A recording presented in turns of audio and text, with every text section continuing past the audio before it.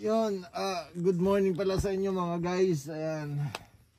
Dito nga pala ako natutulog kasi nandito ako ngayon sa Negros. Nagbakasyon kami. So, papakita ko sa inyo kung gaano kaganda dito sa lugar na to.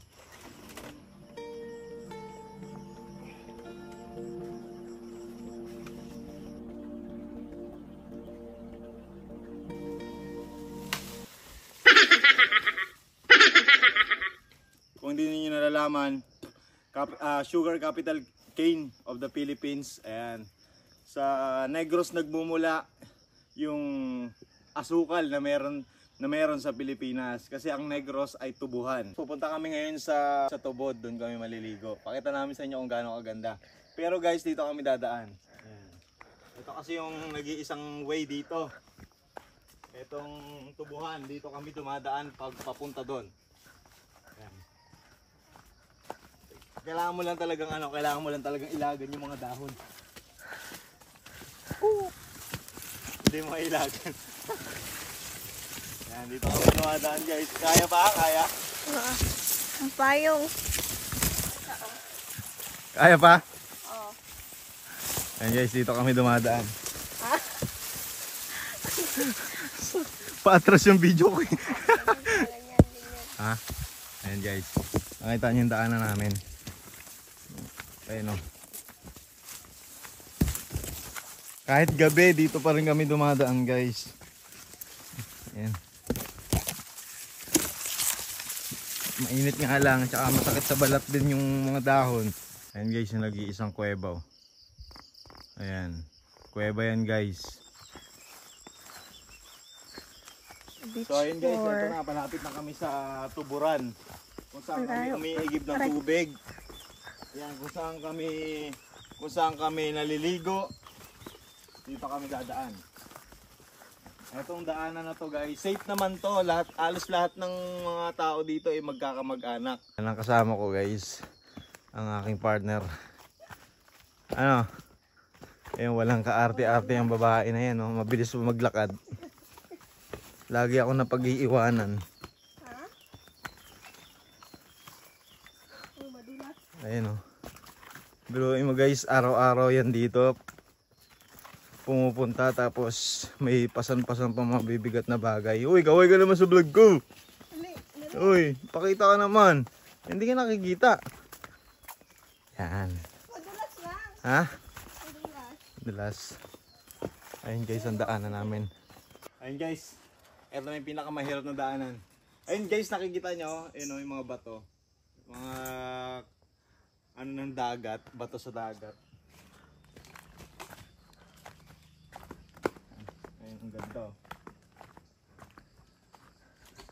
Hey. Oh, makakita ka sa bundok, may mga ganto. May ipon. Anong tawag sa inyo? Mga ganyan tong. Ano, suso. Suso? Yung ibon na yan? Hindi. Yung ibon ba? Uwak. Ay, sa'yo mo.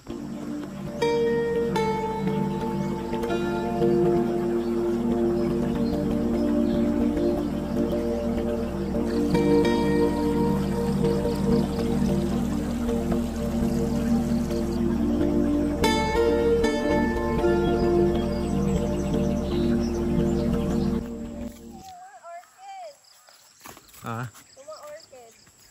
ano nakuha? Oh. Ay, o nga no. Ayan no. Sa junior ata yun eh. Naiwan. Oo. Ayun guys oh. Ayan, ito yung sinasabi ko sa inyo.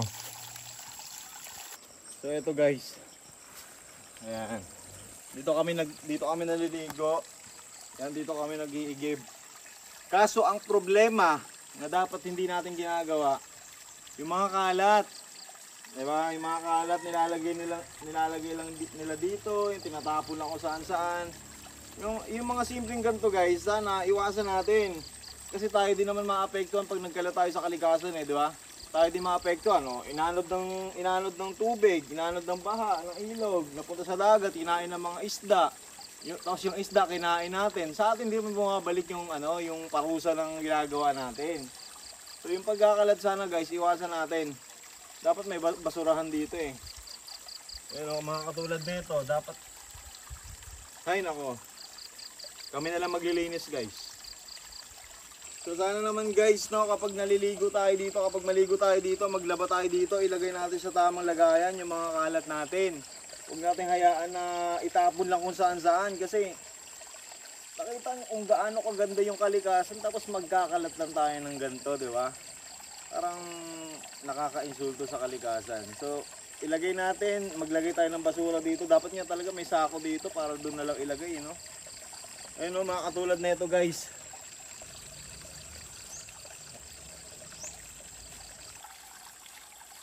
Kalat, baka ikaw lang din. Ikaw. Oh, Ikaw naligo. hindi oh, ba't ako? Man. Ilagay mo doon oh. May plastic dyan eh. Aray. Ano tayong plastic? Aray. Oh, ang sarap talaga ng tubig. Ang sarap ng tubig dito guys. Nakaka-refresh. Alam niyo guys, yung gawa ng kalikasan, sobrang ano talaga, sobrang sarap talaga. Yung mga normal na pinagkukunan natin ng tubig. Ito, mga walang halong chemical. Talagang pure. Pure of nature.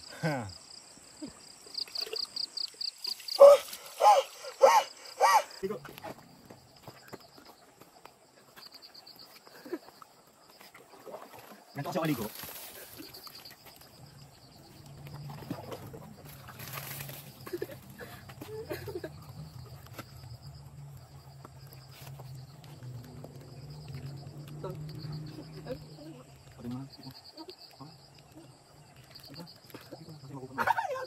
Ano yan?